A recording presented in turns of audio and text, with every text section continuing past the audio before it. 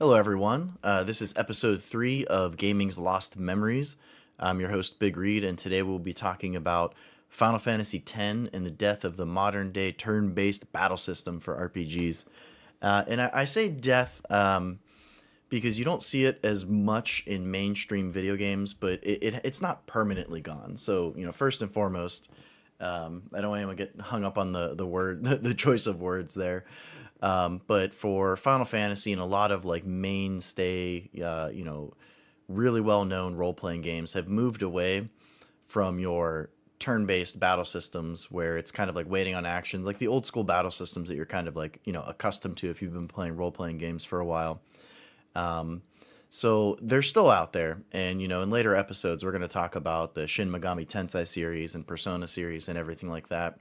Because there are games that JRPGs in particular that still rock the turn-based battle system and some of like the older mechanics that the industry has kind of moved away from. But Final Fantasy X, I kind of look at as like a love letter to a lot of like the old JRPG slash RPG tropes, and things that you're kind of accustomed to, like traveling around through different sections of the game, leveling your characters, which is different in this game too. But at the end of the day, having a set of characters that take turns during the battle, and while all the enemies are in your party's kind of like standing there staring at each other. But there's a tactical element to it, so we'll kind of jump right in. So Final Fantasy X, a little bit of history here. They started developing it, I want to say like 1999 or so. Released a couple years later. It was on the PlayStation 2, and it was the first Final Fantasy game to have voice acting, which is hit or miss at times. I think the voice actors do a phenomenal job, but there's a lot of a lot to be desired. And keep in mind, this is like the first one to do it. But with the audio, the English audio, I should say, matching up with the Japanese, voice movements and mouth movements, there's a little bit left there to be desired, I would say. It doesn't always line up perfectly. But I thought, the voice actors overall, I think they did an awesome job. Each character has a really unique sound. Waka, for example, he just the voice actor for Waka just absolutely nailed it. I think it's the voice actor for like Bender from Futurama and stuff too, actually. Um, but yeah, Titus, Yuna, Kamari, is that how you say it? Everyone, Lulu, everyone does an absolutely Orin. Like they're all just, it's all really solid. But there's a little bit of growing pains because anytime something is the first, or there's something in the game industry where it just technologically hasn't been done. Often anyway, there might have been games before that had it. But it adds a level to the characters that makes them a lot more human. And also, as a player, when you're watching it, it makes it feel more like a movie. So when you have a cutscene, you're not kind of reading through it. And I don't know about you guys, but I read a lot faster than I can listen. So I always like having subtitles on. By the way, I'm one of those people. I absolutely love having subtitles on if when there's audio. I could read so much quicker. So I like both styles, but it does give a lot more personality. So it was interesting to see this game have an old school battle system, but introduce a lot of really unique elements that you haven't really seen up until that point. So I'll give you an example. So your character's battle, you get I think sphere nodes or whatever they're called. But when you level up, your characters don't have levels. So every at this point, up until this point, we're kind of used to RPGs having level 1, level 99, or level 100, whatever the max is. And every time you level your character, you get a stats boost. In this case, you have a giant grid where there's a ton of spheres, and each of the characters starts in different sections of the grid, which kind of complements their battle style. So Yuna, one of the main characters, for example, she's kind of like a white mage slash summoner. So obviously she's going to have a bigger focus on magic, summoning abilities, like all of that.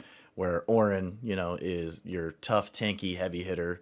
So he'll be, a lot more powerful, and he'll have abilities that like cause physical impairments, and he can do a lot of damage, yada yada. But what was really interesting there is that sphere grid. you can open it up at certain times and take all the characters through other parts. So as they kind of progress through their sphere grid, each of them have a quote unquote path. So like you'll kind of get to the end of it and you'll have like an ability or something unique for that character that unlocks at the end of it, and then you can take them through other paths as you defeat bosses and unlock special nodes, like level 1 through 5, I think maybe. But long story short, a really innovative and new feeling leveling system. And to be honest, when I first played it, it was weird not having levels. Like you're just so used to like getting experience, and you get experience in the form of like unlocking those nodes to increase stats like HP, attack, etc. But it was really weird just not having levels. And the weapons too were also like pretty interesting because your weapons have slots and you can put like abilities and like improvements on them essentially. And I think a weapon and there was like armor too, or like an item, an accessory, whatever you'd want to call it, where you can equip like multiple abilities to it. So that whole process was pretty neat. But in the smack dab of it, you have an old school, you're going to wait to take your turn battle system that kind of like ranks all the characters and enemies based upon speed and kind of dictates, where they go. And obviously like abilities like haste can, change that. But it's really interesting seeing all of these like new elements coming to the series at the same time that they're like, hey, we're also going to, rock a turn-based battle system, but it does it perfectly.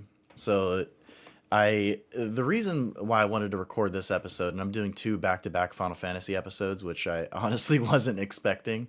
I was hoping to get into more, niche stuff, the more nerdy stuff like SMT and Persona soon, which we definitely will. However, I saw a post, I think it was on the Final Fantasy subreddit. So there's a few that I, follow, just a few like JRPG ones and stuff like that.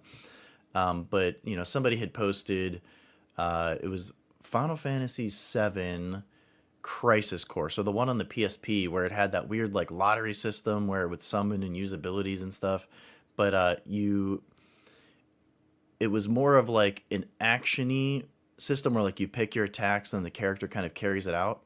And this person just kind of casually mentioned, I don't think they were trolling, but it was like, I'm playing this. This is awesome. Like turn-based battle systems are awful. And reading the comments, because obviously you go to a Final Fantasy subreddit or you go to like an old school JRPG subreddit and you're like, I hate turn-based battle systems and like all the old things that like, people that have been playing video games for a while are like, hey, you get off my lawn, you kids. But anytime you, kind of poke fun at those old school things that a lot of us are used to, we get, cranky and act like old people and we'll tell you to, get away. Like, you don't know what you're talking about. And there's some truth to that. So if it's done correctly, I still believe today you can have turn-based battle systems. And I think a lot of like series have already proven that. There's a lot of like smaller JRPGs, but I look at the Persona series and what it's become, and you can still rock it modern day, still have a huge success with your game. It doesn't slow the game down at all. Like it's tactical. Like there's a lot you can still do with it. So it's a shame that we don't see them as much anymore because I feel like you could take that concept and update it. So let's real talk here. So why do some people not like old school JRPGs? Well, you have a big overworld or a big map and you have random battles. So that's a big killer for some people where you can't see the enemies. And that doesn't bother me too much. Final Fantasy X has this feature as well where you're running around and then all of a sudden it'll trigger a battle, randomly. I don't that doesn't bother me. But I've also been playing, RPGs for a long time. And while I don't have the same time that I used to, just being busy with life and everything like that, I can still, go back and play Final Fantasy X or play, a Persona game or play something with an old school battle system. And it's still fine. And I also understand, I think the Tales of series does a really good job with having like, I don't know if they were one of the first, but I distinctly remember seeing that as like a common feature in the earlier games. Where you would see the enemies on screen, you run into them, and it goes into an action-based battle system. So I don't think... I think there are bad turn-based battle systems, and that leads people to believe that, they're bad. And I think there's other features like your random battles, which, that one I can kind of understand where somebody's coming from a little bit.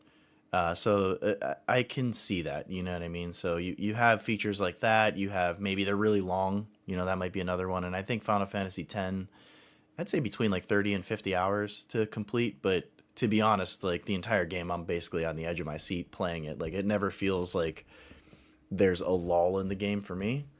But that's another thing that, with JRPGs that they've really tried to explore with the advancements in the game industry and just updating some things that maybe had to be a certain way or maybe were designed that way so they just became like a part of its history. So at the end of the day, somebody goes to make another Final Fantasy or another JRPG, 20 some years ago, and they're like, well, it's got to be a turn-based battle system, so how can we do this. So I don't think there's anything necessarily wrong with that.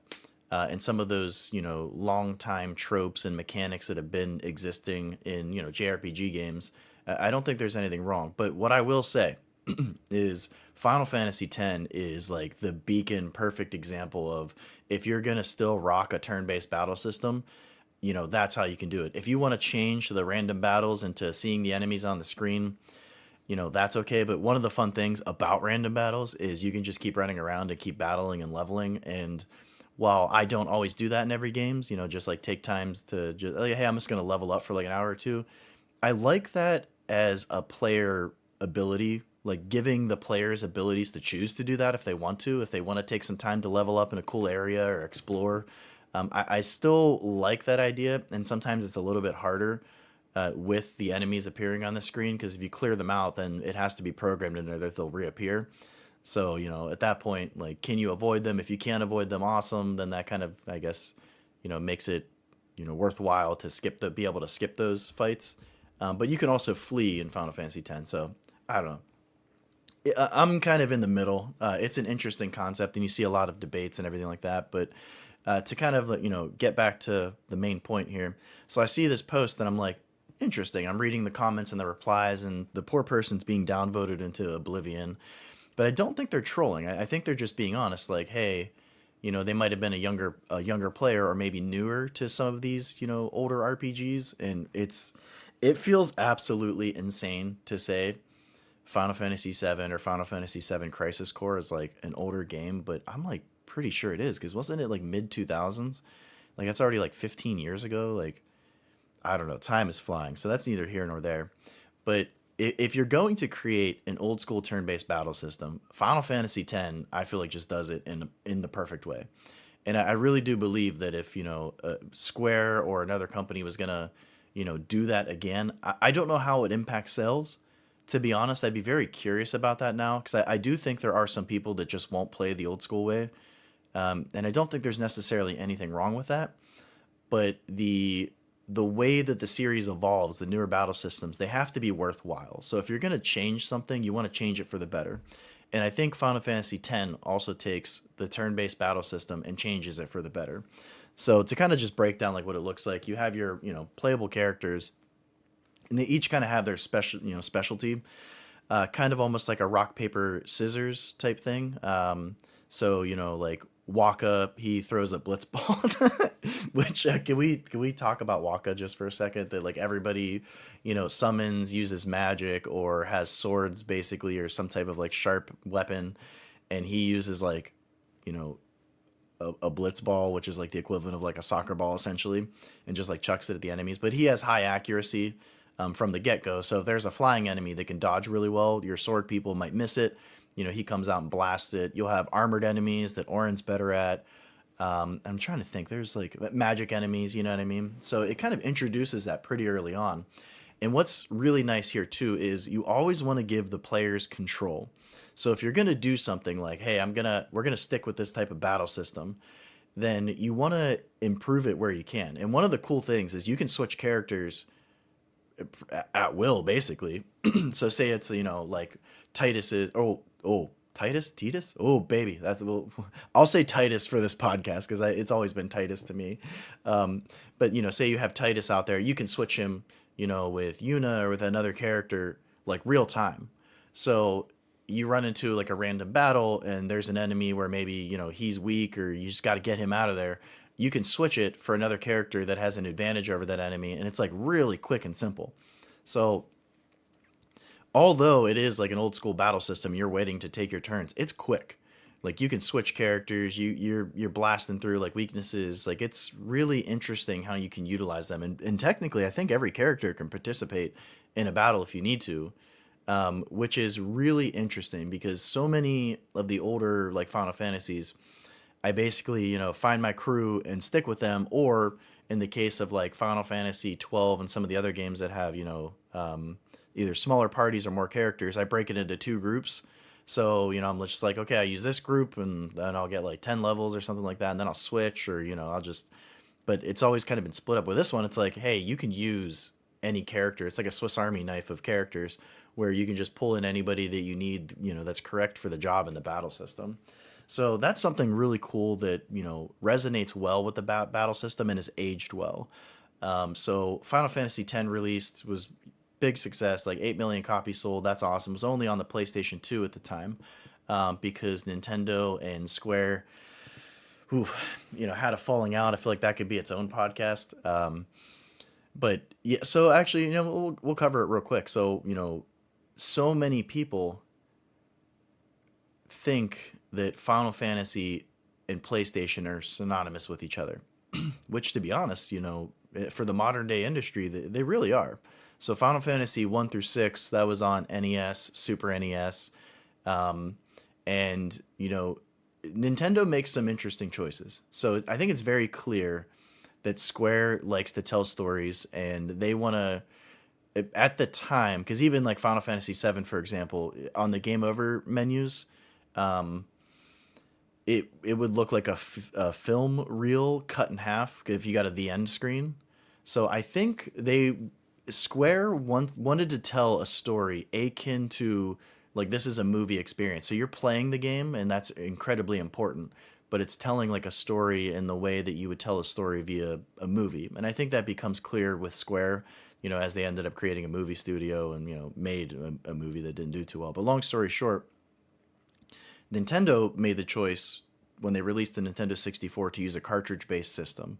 It's tried, it's true, but it's got small amounts of memory. Like it can only hold so much capacity. So if you're doing a cutscene, which Final Fantasy X as well has a ton of cutscenes, but if you want to do like a computer rendered cutscene, it's going to take a lot of data, and that's just not going to be doable with a cartridge type system at the time. That has changed now, pretty substantially, but at the time, the CD-ROM, which I think is what the PlayStation was, I think it was CD-ROM.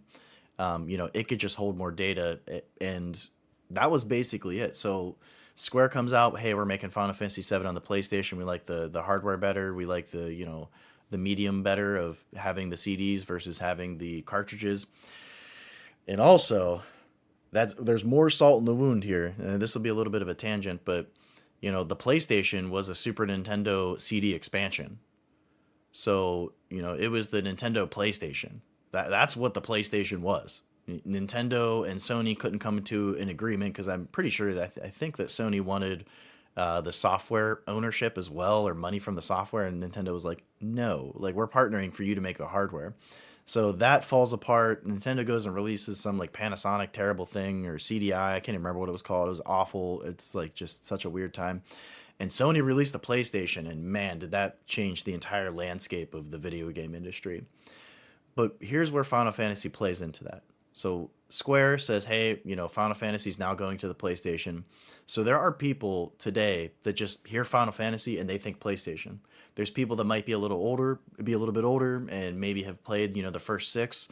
They hear Final Fantasy, they might think Nintendo. It eventually went to PlayStation and went to Xbox, went back to Nintendo. It's on PC. It's on everything now, and that just kind of honestly makes sense. It's, if you can port it, you might as well, because people will buy it. So you want to have the biggest user base that you possibly can. But at the time it wasn't, and at the time Final Fantasy X was a PlayStation 2 exclusive. You had the Nintendo GameCube, technically maybe the Dreamcast. It came out in '99. I think it still might have been kicking a little bit before Sega kind of closed up shop. And then you had the Xbox as well. So Square and PlayStation, I don't know if they had a formal exclusive agreement, but it came out on this hardware. It came out on the DVD. And once again, this is also kind of funny. So during the GameCube era, Final Fantasy did make its step back into, with Crystal Chronicles. It came back, and I think it was actually a successful game. I think it sold like at least 1 million copies for a system. It sold like 18 million units. That's solid. You know what I mean? But once again, Nintendo chose a format that that smaller disc. So the smaller disc, less memory than a full DVD or dual lens DVD or anything like that. So you kind of found yourself in the same boat. You know what I mean? So I think that was Crystal Chronicles was Square and Nintendo trying to repair their relationship. But at the end of the day, you basically, if you wanted to play Final Fantasy, you needed a PlayStation. And the PlayStation 2, it was just a massive success when it came out. So it's a really nice combination of, old school mechanics and new features for the time. And what's really interesting too is it did get an HD remake, I guess semi compilation, because I think it has Final Fantasy X-2 on it as well. But what's really interesting is the game holds up. So I know they remixed a lot of the soundtracks. That's where the music of Final Fantasy X is absolutely phenomenal. There's a Xanarkin song because I think I have the album on like iTunes, like on my phone or something like that. But you have like the Hymn of the Faith. Like there's a Xanarkin song where like halfway through you're kind of running through, and potential spoilers, but you're running through like an area and it's just playing like this.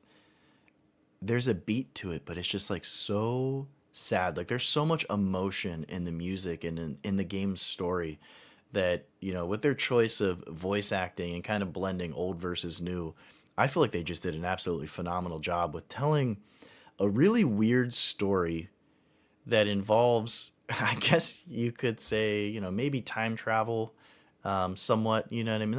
Not necessarily time travel, but it definitely includes odd ideas and mechanics in the story, but they tell it at the person level. So there's certain games, I'll give a side example, Mass Effect 2, you can tell a big overarching story, right? That's about like big stuff. So that might be, something like Star Wars. And then like Mass Effect 2, you can tell a story that really just there is an overarching story, but it's told through characters. And I think Final Fantasy X does that. Every character, whether it be good or bad that you meet, is just so dang interesting. And as this story unfolds, you just realize that not everything is as it seems in this like crazy world that has gotten used to this crazy cycle. So, what is the kind of main story? So, Titus goes to this new world, and there's this gigantic sea monster called Sin. And every 10 years, Sin comes back and just starts absolutely. He's giant. He's like 50 whales. He's just this huge, magical, angry creature. And, in this new society, which kind of takes like a laid back island approach that shuns technology because they believe that, technology is what caused all of this. So if you use it, eventually Sin will come and punish you. So there's a lot of like I want to say kind of like religious aspects to the game, which is really interesting, and that's another like JRPG trope. It's like step one, like going to the farm town, and then like the last chapter of the game, fighting God, which is still common in a lot of JRPGs, and that's kind of how this one plays. But you have this giant monster called Sin, right? And he shows up and just blasts cities away, and if the people that pass away in this world, you have to do something called ascending. So Yuna and a lot of these like um, summoners, I guess you would call them. So like your summoners, they're almost like trying to think of what you would equate it to. Something religious where they basically come and they send you off. So if somebody passes away, they'll do this dance and they send your spirit to the far plane or the afterlife essentially, right? And that way you can't become a monster. Well, if you leave them there, eventually like your spirit will become a monster and then like, you're just not in a good place.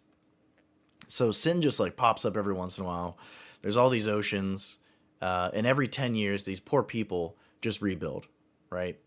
So I think it's Spira is the name of like the new place. But long story short,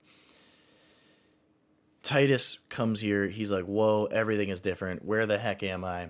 And it's kind of like telling his story where you gotta know a little bit of his background because the opening. I don't want to go into it too much because it's so amazing.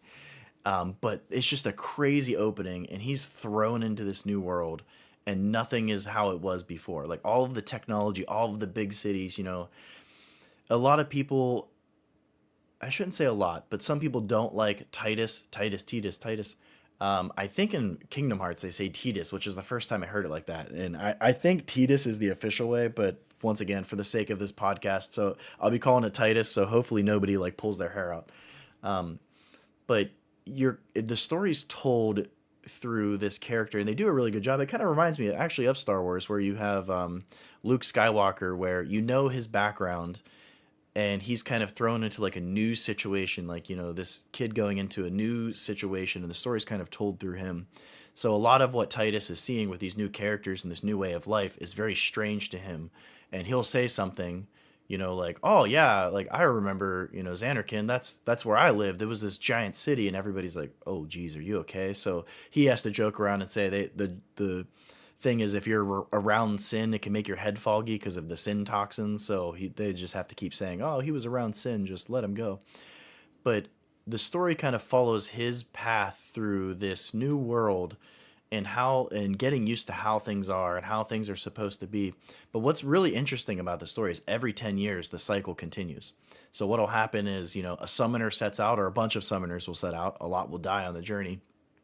Somebody will fight sin, they'll do the final summon, they kill sin, and they kind of die doing so. So they bring their bodyguards with them, they go, they have this battle, and for 10 years there's peace, and everybody on this world just gets used to that peace for those 10 years, and they're just happy. And then after 10 years, sin's reborn, sin comes back, this happens again, the whole process starts, sin starts destroying cities, they can never fully rebuild, but they all look for that calm, which is like that 10-year period where they can just live their lives. But the story and the world are just filled with so much sadness and kind of, accepting how things are. And as the story unravels, with the whole religion, everybody's very religious, anti-technology, smaller style living, smaller communities and everything like that. But as everything starts unraveling, you kind of learn that, there might be some nefarious people in this religion, and people might know more about sin and why this recycles, than it needs to. One thing with the story, so if you've played Final Fantasy X, it got a sequel, so it was wildly successful. It blew, I think Square's expectations out of the water. I think with releasing on a new system, I don't think they were expecting the PlayStation 2 to sell like it did. It's the best-selling console of all time, like 155 million units or something like that. That thing just took off. DVD ended up being popular. It was super successful. But early on, I remember Sony's president coming on saying, like, we're airdropping PlayStations in. So they were like flying them in on helicopter to drop them off to be sold. It was just absolutely wild. But I don't think they expected it to be as popular as it was. The game is considered one of the best games of all time, and I do agree with that. Final Fantasy X is one of those games where I have like not a nerd rotation, but a rotation of games that I love, and like I go back and replay. And it's been interesting that most of the games that I love or have considered my favorites, even if I haven't played them in a while, I go back and I'm like, yeah, this is still a really solid game. Like Super Mario Brothers 3, a lot of the Zelda games, and Final Fantasy X's in that list too. It holds up. The story's incredible. You might have some weird okay, we talked about the voice acting, right? And the first one with voice acting and all that good stuff, you might have some weird scenes. The laughing scene, which I think is probably the most common one, which everyone like looks at and they're like, oh boy. And it's weird, but it's kind of like a sweet scene too, like very nice scene. But yeah, it is a little odd when you first see it, like the ha ha ha ha ha, and you're just like, oh boy. But what's interesting about the story is it got a sequel, so it's really popular. It got a sequel. I think the way and I won't like go into too much detail here because I will put spoilers when I upload this podcast, but I'm not gonna drop anything too big. So if you haven't played it fully, you could still listen to this safely. But the way the Final Fantasy X ended, you have your bittersweetness, but it leaves you with a feeling of like wow, like you just experienced something very emotional, and when you experience something like that, it just takes you a minute to really process those emotions.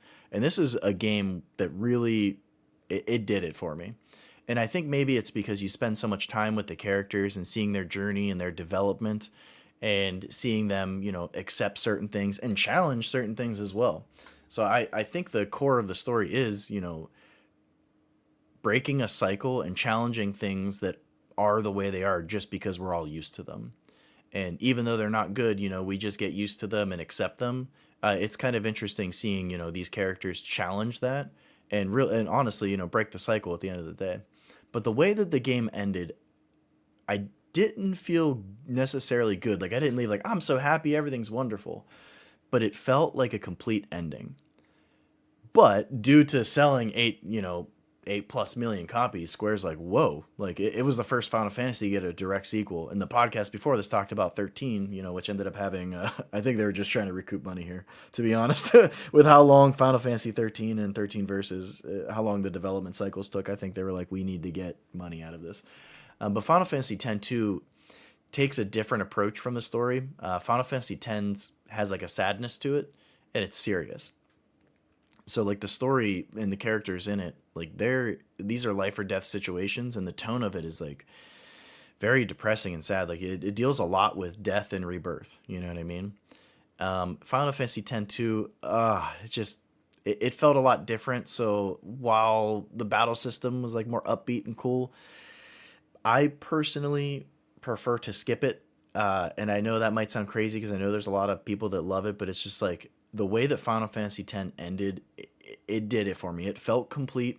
And while it's not 100% like a happy ending, sometimes like stories, they feel because they've created characters that everybody loves and they've just created this experience that, they can't leave it, the way that it is. Like not every story or not every event is completely happy. Sometimes there's a little bit of sadness to life. And the ending, I think, perfectly captures that while also giving you hope. What is life without hope, right? However, saying all of that, it got a sequel. Well, Final Fantasy X needs, baby, is a prequel. Holy smokes. So I remember I didn't have a PlayStation 2 at the time. So I had a GameCube, and I still love it to death. It's still one of my favorite consoles. However, before I got one, I played through it with my friend. So mainly it was me like watching him, watching him play, like getting the battle system and everything like that, and then eventually like replaying it myself. But I remember watching the ending and just being like, whew, like it hit us in the feels for sure. But the prequel idea, so Braska, Yuna's father, one of the main characters' father, the other main characters, Titus's father, Jet, and they had Orin. Orin was with him. That's who. So one of the playable characters of Final Fantasy X. So 10 years prior, they created the current Calm. So that's how the story kind of takes place. Like you hear about, Yuna's father, and she has, big shoes to fill and everything like that, because he was such a prolific summoner. He's like a hero. Like he created the 10 years of peace that they were currently in as Sin's, waking back up and destroying everything. A prequel of that with a similar battle system, maybe like updated a little bit, that just sounds amazing. So watching their journey of the previous, Sin slash Calm cycle, where they go and they, fight it, because that would just be so interesting because you get bits and pieces of it. So Titus doesn't have a great relationship with his father, Jet. Jet is, PG-13. Jet's like a badass. Might not have been so great of a father or a husband. Drank a lot up until he kind of went on his journey. And you get bits and pieces. So Orin kind of the way that everybody who knows Jet speaks of him is very positive, and like he's this upstanding guy. So Titus comes into this and he's like, "Is this the same guy? Like man, he was like an absent father, was crappy to my mom. Like he hates him. So you have an interesting father son mechanic there, and that speaks to me a little bit more now. I would say a lot. There was a lot of like cheesy times when there's like Kid Titus, and he's like, "I hate you," but I understand that relationship now that I'm a father of two boys. So I can understand like being present, being positive, being proud, being a father for your sons is incredibly important. And when you're not, it leaves a gap. It leaves a hole that, sometimes people will try to fill with not so great things. But long story short, a prequel of Jet, Orin, and Braska, going on their journey and defeating Sin, like holy smokes, that's the game to make. And to be honest, it's like there for the taking. I feel like it's because the characters are, you've heard some of the stories like loosely. Like there's a story where Orin tells a story to Titus about his father where he gets drunk and attacks this giant like brontosaurus or brachiosaurus, like one of those giant dinosaurs with the long necks from Jurassic Park that eats the leaves. They have those there. They're called like shupus or shupos or something. But you like ride around on them, and he's drunk, like just plastered drunk, and thinks it's an enemy and attacks it. And he's so embarrassed about it that he quits drinking. Like it turns him stone cold sober because he's like, I have a drinking problem. Like I need to rectify this. And Orin tells his Jet's son this, Titus, and he's just like, whoa, like, like I don't know how to feel about this because all these stories that I'm hearing, it's like my dad's a different person, and he's a villain basically. He's the villain. He's a villain in that experience, not only to the main character, but just like it just is what it is. Like he's not a great person, like from the viewpoint of Titus. So I think the prequel's there for the taking. Um, Here's the thing too. Square has talked about Final Fantasy X-3, and part of me is terrifying because my last podcast was literally like how Final Fantasy 13 like let me down so much, and like I still like Final Fantasy, but I just view the series differently now. And with Final Fantasy X, you almost had a unified message at the company. So one thing that I can tell, like looking from the outside in without doing too much research, it looks like there's too many different things happening at Square Enix now. So a big project comes out or, something like that, and it's there's just everybody like working separately, it feels like, where Sakaguchi, the creator of Final Fantasy, up through I think Final Fantasy 10 or 10-2 or something like that. That's a whole other podcast. But you know what? We might actually talk about that in this too. I keep saying that, but there's a lot of like fun history here. But he's the creator of Final Fantasy, and I think it was the last game on his contract where that's where the name comes from. So he had like one more game to make. He made Final Fantasy. It's a wild success. He creates kind of like the backbone of JRPGs and RPGs in general, to be honest. There was RPGs at the time, but like, man, Final Fantasy is credited with so much. So it felt like while he was there, so up through like Final Fantasy 10ish, it felt like there was one voice or at least a more unified message that's being communicated to gamers via the video games that this company is making. Now, another thing that's huge that happened is around this time, too, Squaresoft merged with Enix, and they kind of, combined and merged, and the merger almost didn't go through due to, Squaresoft's movie they ended up making, which we'll kind of get to in a minute here. But since that point, the games have felt different. They haven't felt unified in their message, is the best way I can describe it. So if they do make Final Fantasy X-3, which at the end of the day, it's probably going to sell 10 million copies. Like, regardless of how I feel or what I say, or I'm like, oh, I liked Final Fantasy X, get off my lawn.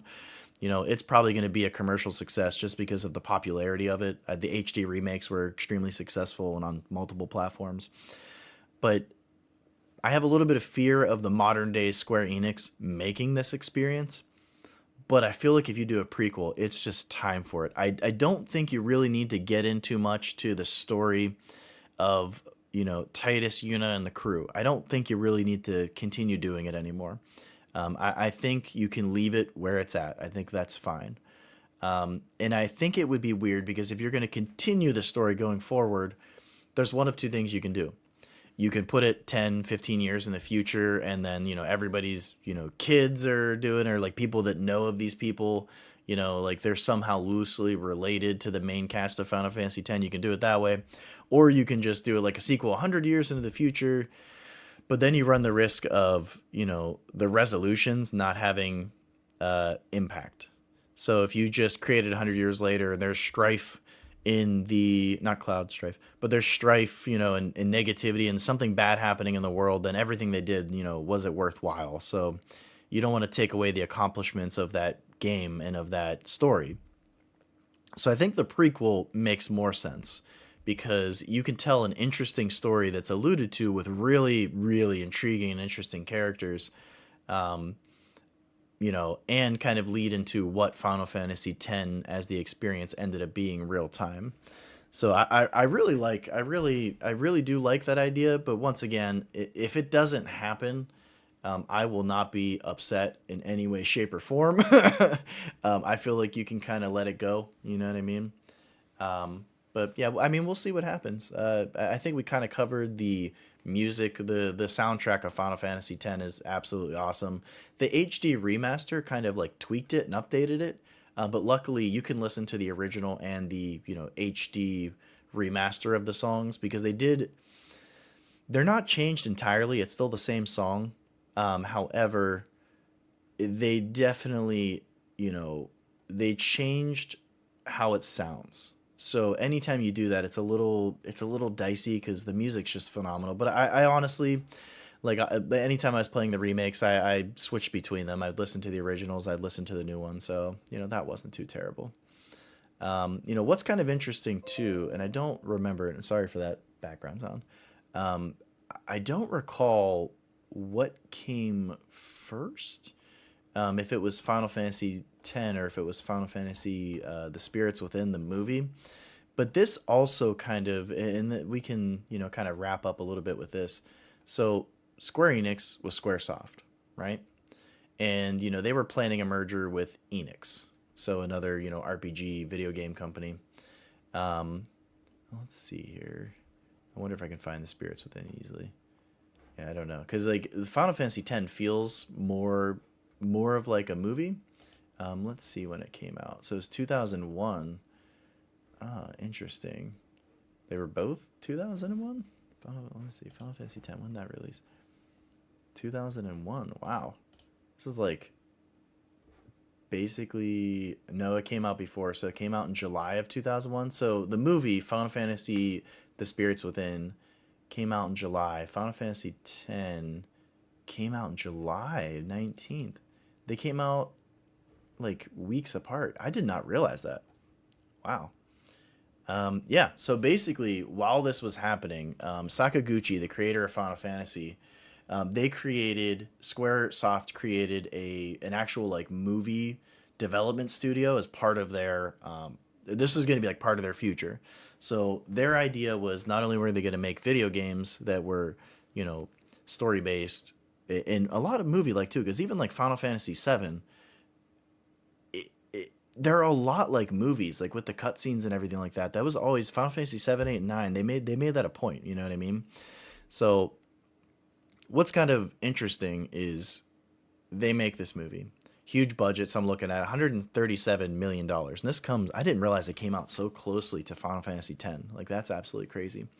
But Sakaguchi, the creator of Final Fantasy, I mean, some of the other developers that are still at Square have said that he kind of led a unified message. So anytime they were designing or making a game, there's like one message. So everybody kind of gets their input in, and then here's one thing that we're presenting.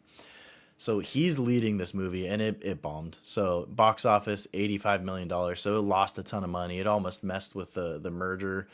Square Pictures, that movie studio that they made, they ended up shutting down. So that's all really really interesting. It's a weird movie, by the way. I don't recall disliking it, but it is really weird that it's Final Fantasy. It's not like it's like a sci-fi apocalyptic type movie. But here's where it gets a little weird because of this. And I think Sakaguchi might have worked on Final Fantasy X 2 as well, but he ended up resigning.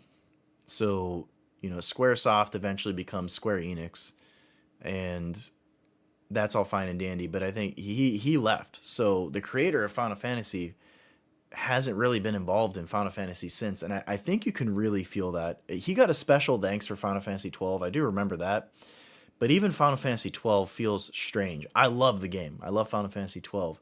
But everything in the future for the franchise feels different, convoluted, multiple paths, maybe a little bit of confusion. Final Fantasy 13 I would describe as a lot of confusion. Like, what are we trying to do? Like, what's our goal? And you might get 3 or 4 different answers where when you're releasing a product, even if it's a video game, you can say it's art, but it's a little bit different because it's art that has to be commercially successful for it to exist. So it's weird. It's like you can make a painting and hey, that's art. It doesn't necessarily have to sell. You know what I mean? Or you can, I don't know. It's odd. Like sales are absolutely critically important for our industry. I view it as art. I view it as both. It's a product and it's art. So, but to release a product, you want people consuming it and buying it. And when that doesn't happen, it just changed the entire outlook of the company. And it's crazy kind of seeing that because if they ever were to make a Final Fantasy X-3, you have to ask yourself, can the modern day Square Enix make this game, stay true to the roots, and still craft a story that was as engaging and as endearing and has stood the test of time like Final Fantasy X did? Personally, I don't think they could do that with 13 or 15. So I don't know if they're capable of making this game anymore, which is interesting.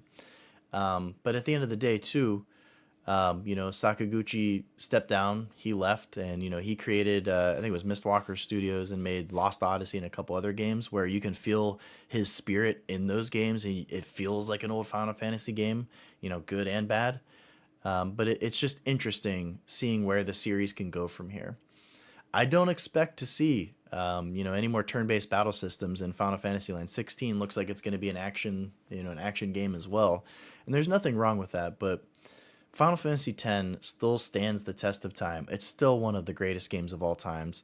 I think it's the best example of if you're going to make a more modern turn-based battle system, that's how you do it. I think they did it, near flawlessly. You could maybe tweak a couple things if you ever did make like a sequel with a similar battle system, but I think they just did an absolutely just awesome job.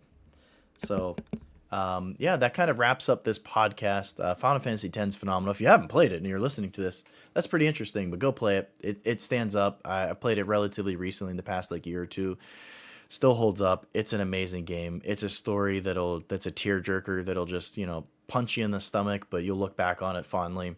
And, the battle system just stands the test of time. I would love to see, and you know what we have with the Persona series and SMT series, you're still seeing, these old school battle systems being modernized, and it can be done. So it would be awesome to see again, updated and mixed. And I think Final Fantasy X, if you want to do it old school, but do it really well, I think that's the best example of like a turn-based battle system.